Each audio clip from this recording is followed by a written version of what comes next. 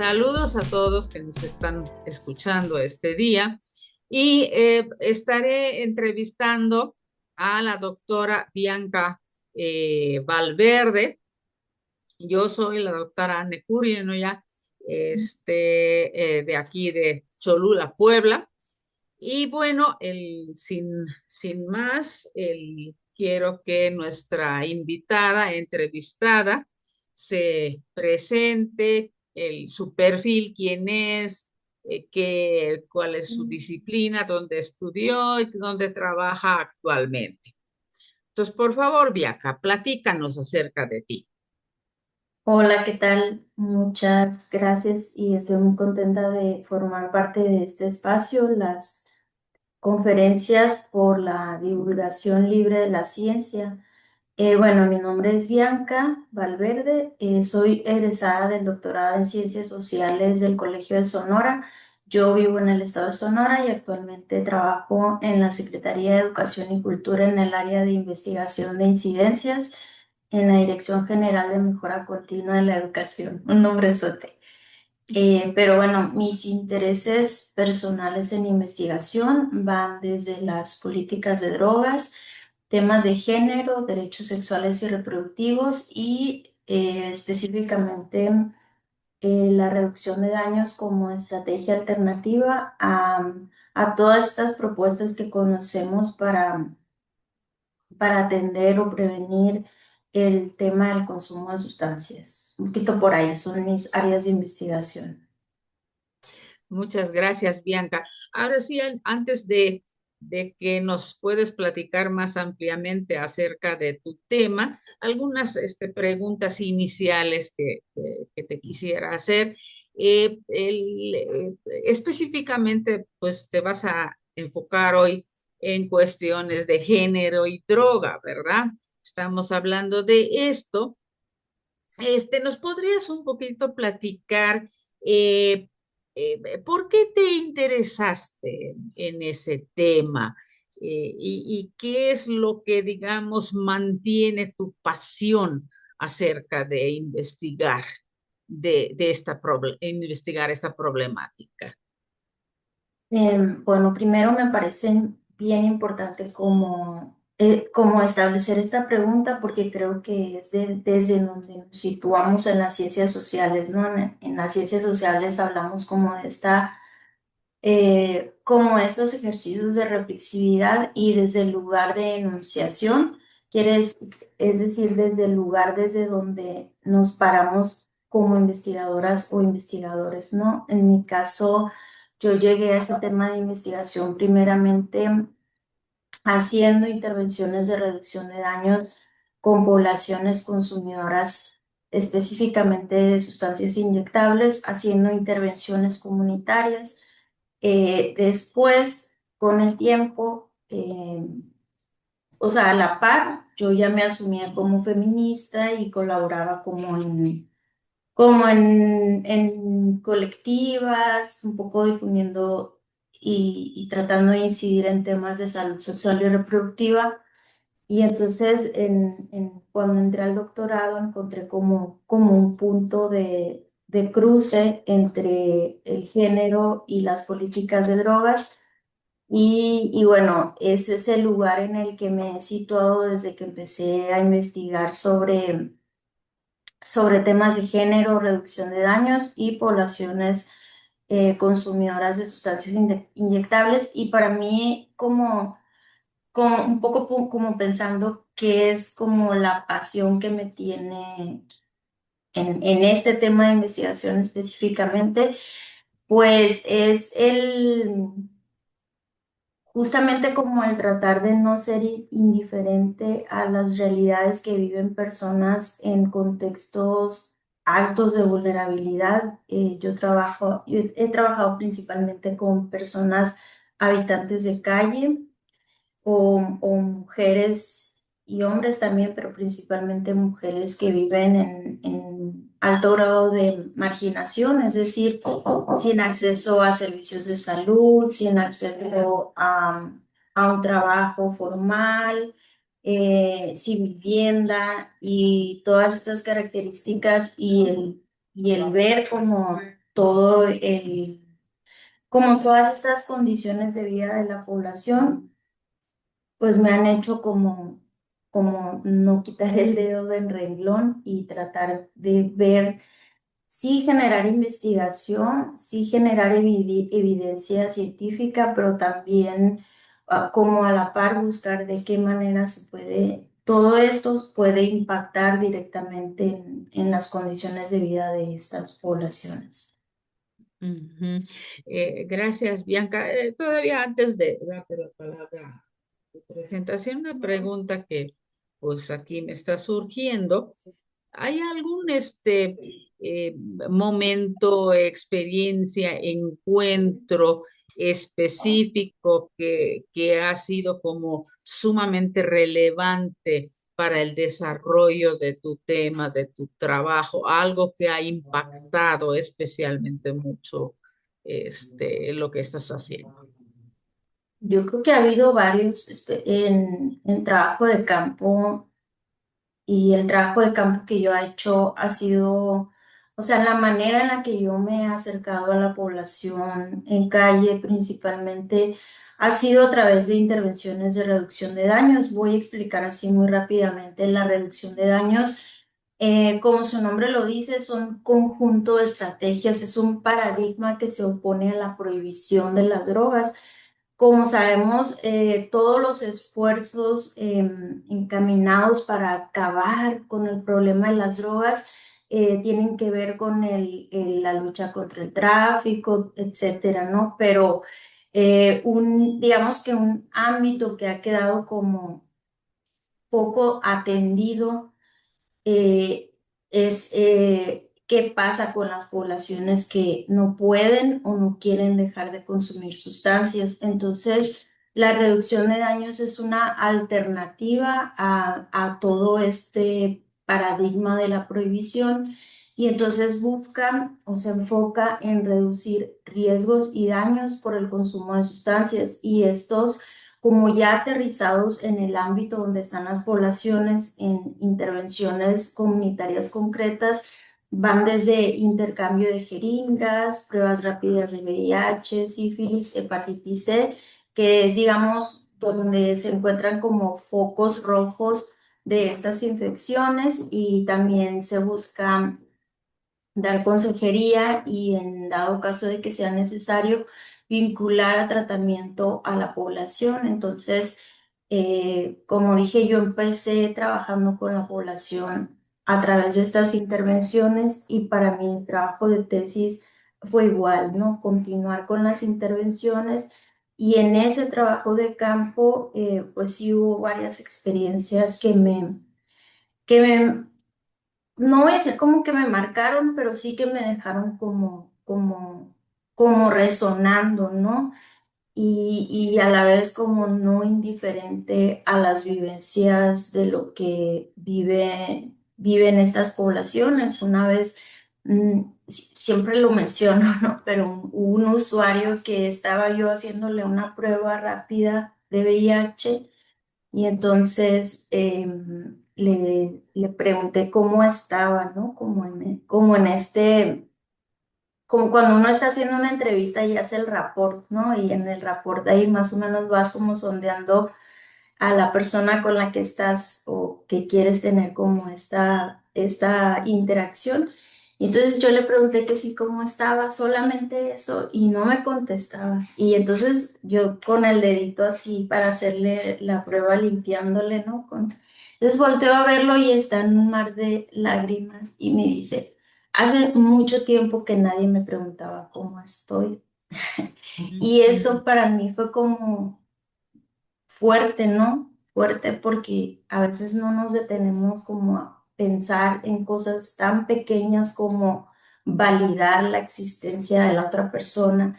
Y es muy común que las personas en calle sean invisibilizadas. De hecho, en el trabajo que yo he realizado, pues no he encontrado como programas o políticas públicas enfocadas a esta población, ¿no? Al contrario, hay como estos proyectos de limpieza social que buscan como eliminarlo de la vista pública, ¿no? Y bueno, esa es una de las experiencias que a mí me ha marcado. Puedo contar otras así, pero son como muy fuertes y a la vez como muy trágicas, ¿no? Pero es la realidad que viven estas personas y que desde el punto de vista en el que yo he trabajado, pues son igual de válidas que las experiencias de otras poblaciones. Muchas gracias, Bianca. Bueno, entonces vamos a proceder con escuchar un poquitito acerca de tu tema. Adelante, Bianca. Bueno, si quieren les puedo compartir aquí unas imágenes del trabajo de campo, ¿está bien?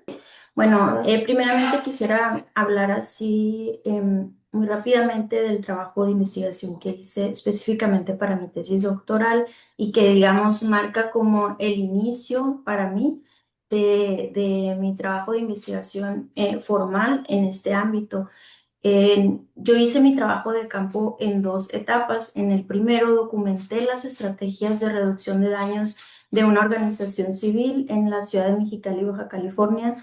Este es como el frente de la organización. Considero importante mencionar que la frontera norte de México tiene la característica de tener el índice más alto o la prevalencia más alta de consumo de drogas inyectables, entre ellas la heroína, que históricamente había sido la heroína, pero recientemente con la presencia del fentanilo, yo identifiqué una transición entre el consumo de heroína hacia fentanilo y bueno, ahorita voy un poco más hacia allá, pero digamos que la primera parte, como mencioné, fue, no sé si se cambia, fue documentando el trabajo que hace la organización. Estas son algunas de las jeringas que se les entregan a la población que acude a solicitar servicios a esta organización. Mi trabajo yo lo hice en 2021, la primera parte, y en la segunda parte entrevisté a mujeres que utilizan los servicios de esta organización para documentar cuáles son las prácticas de autoatención que ellas adoptan a partir de estar en contacto con esta serie de intervenciones de reducción de daños. En el tiempo en que yo hice mi trabajo, había la presencia como de fortalecimiento de proyectos económicos, como puedo ver, como pueden verlo aquí en esta imagen, que para la organización significaba como, como bueno, un poco primero para la población significaba desplazamiento, o sea, el fortalecimiento económico significaba el desplazamiento de la población por este proyecto, por estos proyectos que en muchos lugares se ha implementado de limpieza social que terminan borrando a la población habitante de calle o población migrante principalmente o personas que ejercen el trabajo sexual y para la organización, pues también la dificultad de mantener el alcance comunitario con la organización. Si pueden ver ustedes, el edificio grandote es como un museo y así en la parte chiquita se ve como lo amarillo.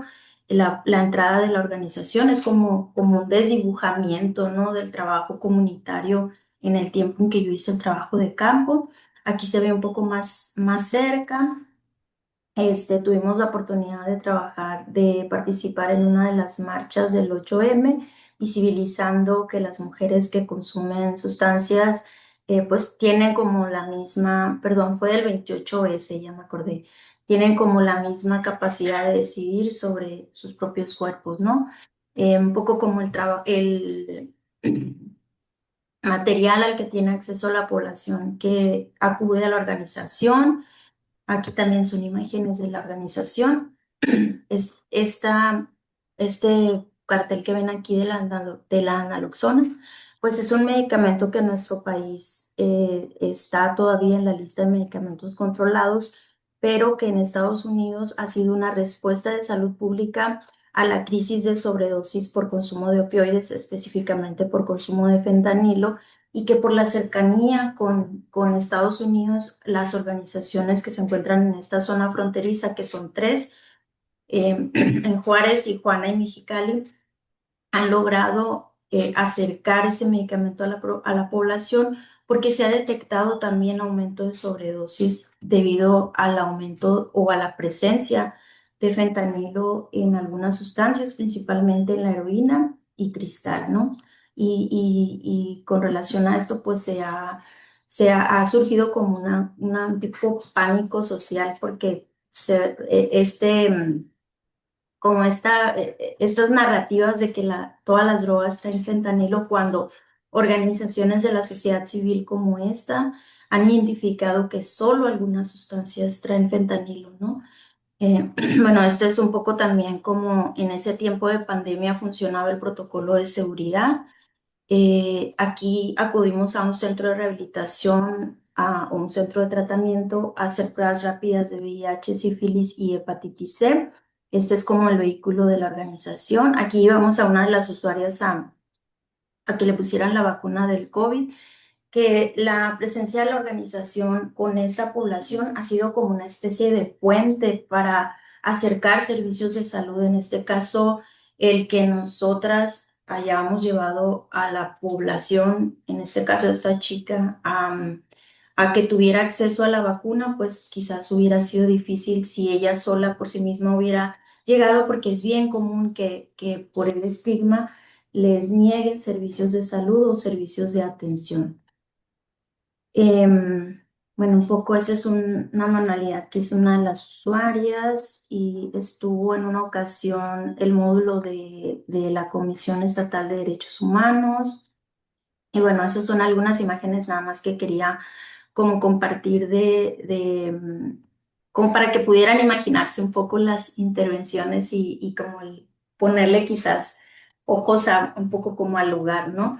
Pero como decía, en un primer momento de mi investigación documenté las intervenciones de reducción de daños con la organización. La facilidad, digamos, que tuve en mi caso fue que ya tenía experiencia con intervenciones de reducción de daños y en la segunda parte ya pude entrevistar a mujeres para identificar específicamente cuáles eran las prácticas que ellas adoptaban de cuidado a partir de estar en contacto con las intervenciones de reducción de daños.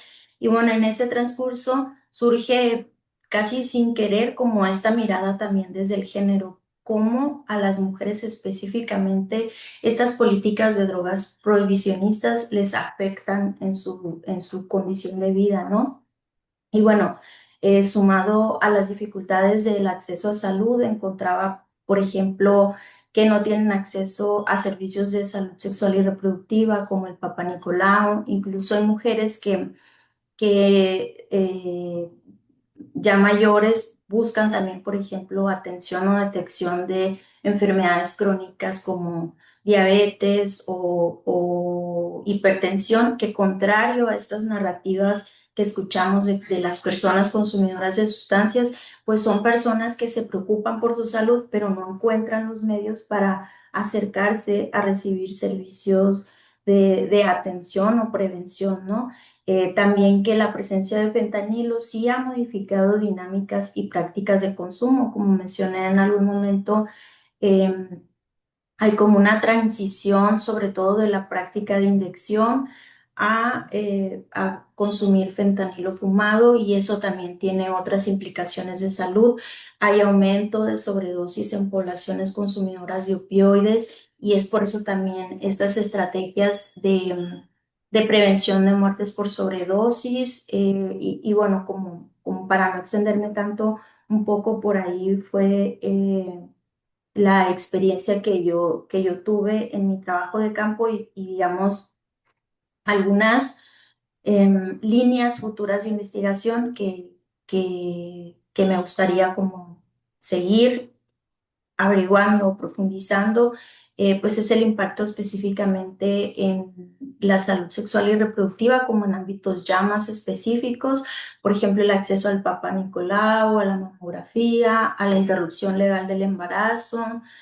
Y también me gustaría averiguar como en un paralelo, porque la reducción de daños ha tenido como esta dificultad de posicionarse como una estrategia seria, ¿no? Al contrario, de unos años para acá sufrió también recorte presupuestal, entonces Esta falta de apoyo ha impactado. La reducción de daños se caracteriza porque son intervenciones basadas en evidencia y entonces creo yo que es importante como identificar un poco como las estrategias de cuidado de la salud de poblaciones que sí tienen acceso a reducción de daños, a intervenciones de reducción de daños versus un poco a poblaciones que no tienen acceso a reducción de daños y también cómo o en qué aspectos específicamente desde una mirada de género afecta a las mujeres estas políticas de drogas prohibicionistas y estos ambientes de estigma y de falta de acceso a servicios. Es un poco como en lo que me gustaría seguir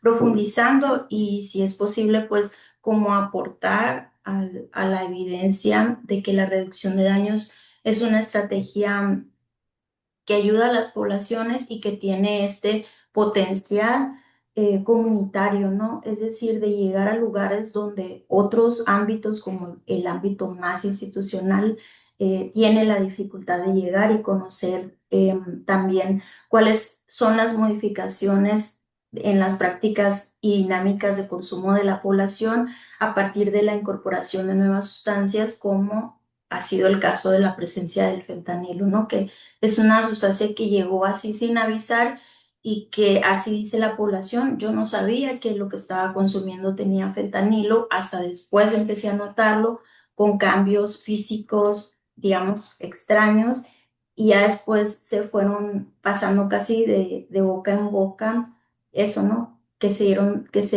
iban dando cuenta que las sustancias que consumían contenían fentanilo y entonces eso ha propiciado otras condiciones de salud para estas poblaciones con estas características en las que es necesario pues profundizar, generar evidencia y en ese sentido adecuar las intervenciones a las necesidades que tienen las personas. Muy bien, muchas gracias, Bianca, por la presentación. Y bueno, para cerrar la sesión, aquí tendría todavía algunas preguntas más. Me gustaría saber, ahora que estamos hablando de esta oportunidad interesante que nos ofrece el Colegio de Investigación Interdisciplinaria en Ciencias Sociales, acerca de alcanzar el público en general. ¿Qué importancia o en qué sentido tú sientes y crees que es relevante que el público en general se está enterando en proyectos de investigación del tipo que tú estás haciendo? ¿Por qué es importante que se enteren y qué efecto tú esperarías, por ejemplo, que la divulgación de este tipo de información o proyectos podría generar en el público en general? Bueno, yo creo que la reducción de daños me atrevería a decir que hasta el momento, a excepción de los lugares donde hay organizaciones o donde hay eh, la presencia de estas organizaciones se ha concentrado principalmente en la frontera norte, pero ya hay organizaciones en el centro del país o en el Bajío y en el Bajío que también están implementando estrategias de reducción de daños como el testeo de sustancias, que es como el análisis de sustancias y bueno, otro tipo de intervenciones.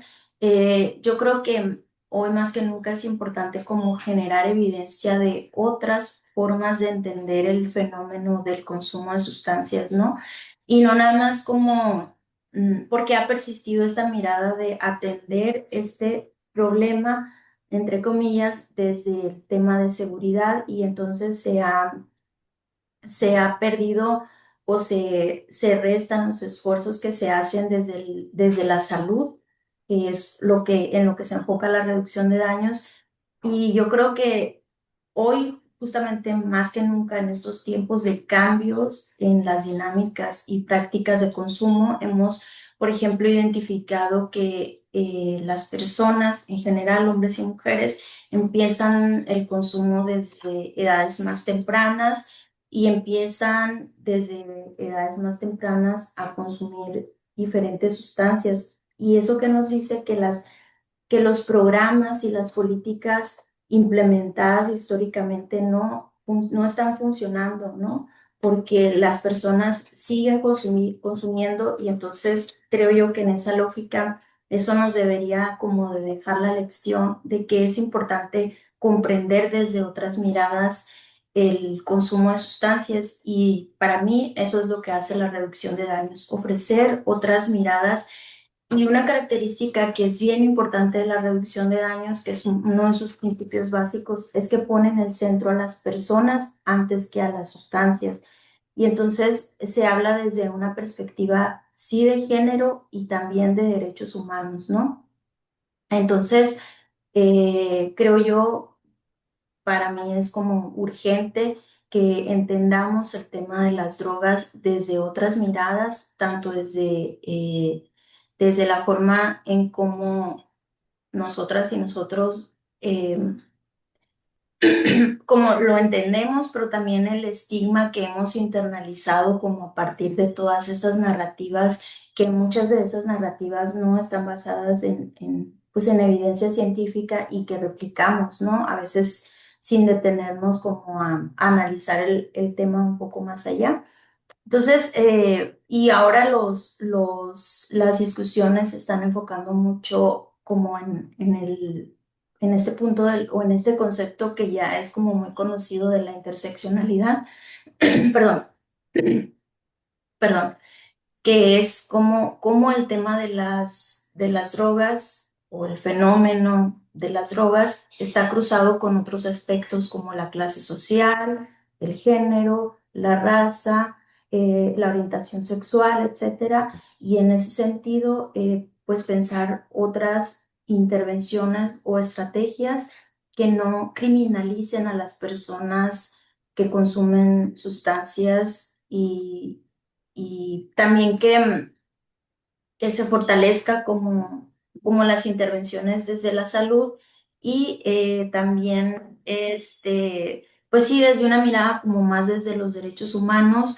y, y del fortalecimiento de la reducción de daños como una estrategia válida para atender a personas consumidoras de sustancias.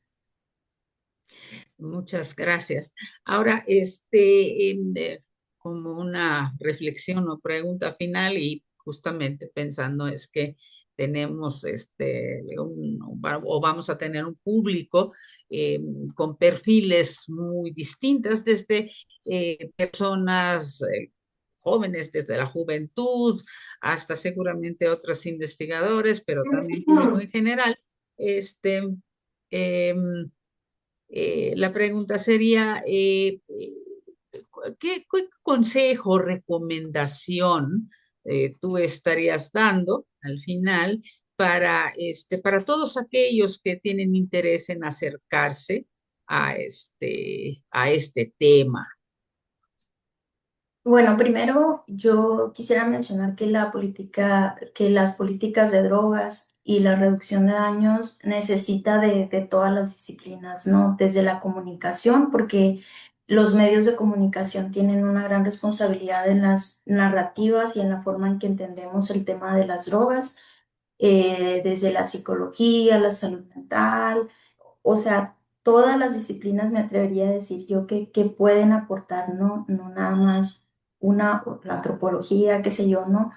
Y en ese sentido, creo yo que lo principal y que uno, al menos personalmente, es algo que trato como de vigilar siempre o casi siempre o en las medidas de mis posibilidades, es como esos propios prejuicios que que yo como investigadora puedo tener a la hora de acercarme bueno, un poco los prejuicios que yo puedo tener con las personas que consumen sustancias o hacia las personas que consumen sustancias y también de la manera en la que yo hago mis acercamientos con la población, ¿no? Creo que algo que yo he insistido siempre, siempre, desde que estaba formándome como investigadora, ha sido como, y un poco fue como con lo que empecé esta charla, desde el lugar de enunciación, es decir, desde dónde estoy yo plantándome como investigadora, desde dónde estoy yo entendiendo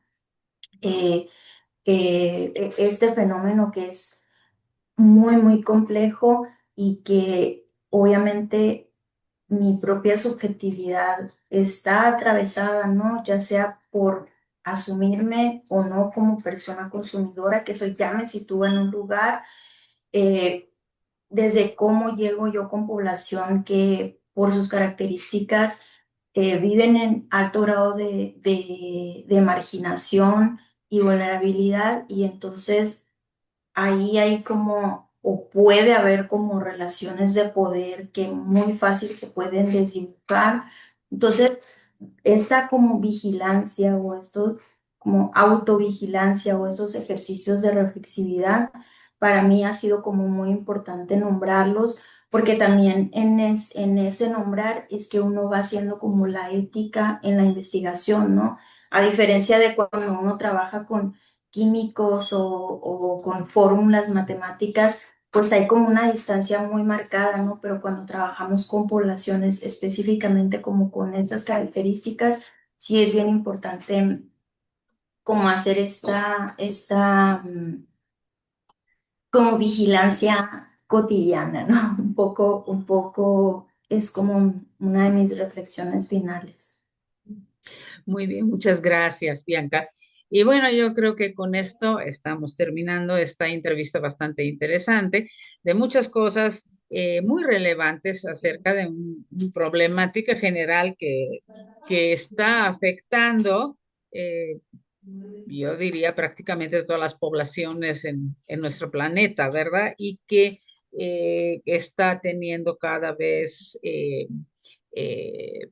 como manifestaciones más diversas, cambiantes, etcétera, lo que también obviamente demanda mucho y exige mucho a los investigadores que se dedican a esto porque tienen que estar muy vigilantes a estos cambios en el contexto de que está sucediendo, un trabajo muy relevante, por supuesto, y como estaba Bianca mencionando, un trabajo que debe tener más visibilidad y obviamente más impacto en todos los niveles de nuestras sociedades. Entonces, Y bueno, sobre todo, nada más sí, sí, así como que adelante, rápido, adelante. sobre todo ahora en estos tiempos de que la ultraderecha ha estado como que se habla mucho, ¿no? Y que lo hemos visto, que la ultraderecha ha estado como ganando territorios. En Estados Unidos también hay mucho recorte presupuestal a este tipo de iniciativas, en México ya desde hace algunos años, y entonces sí está una preocupación latente de qué va a pasar, porque si ya históricamente hemos hablado del fracaso de la guerra contra las drogas y aún así no ha cambiado nada ni en las intervenciones ni en la narrativa, pues yo creo que sí es algo de preocuparse, ¿no? Ujú. Efectivamente, estoy totalmente de acuerdo contigo. Bueno, muchas gracias, Bianca, por haber conectado, venir a platicarnos acerca de un asunto tan importante. Igualmente, gracias al Colegio de Investigación Interdisciplinaria en Ciencias Sociales para estar abriendo este canal de difusión de diferentes temas muy importantes acerca de ciencias sociales, sus conexiones inter y transdisciplinarios. Muchas gracias. Muchísimas gracias al centro, a todo el grupo de investigadoras e investigadores y muchísimas gracias, Anne, por este espacio. Me dio mucho gusto conocerte. Gracias. Igualmente.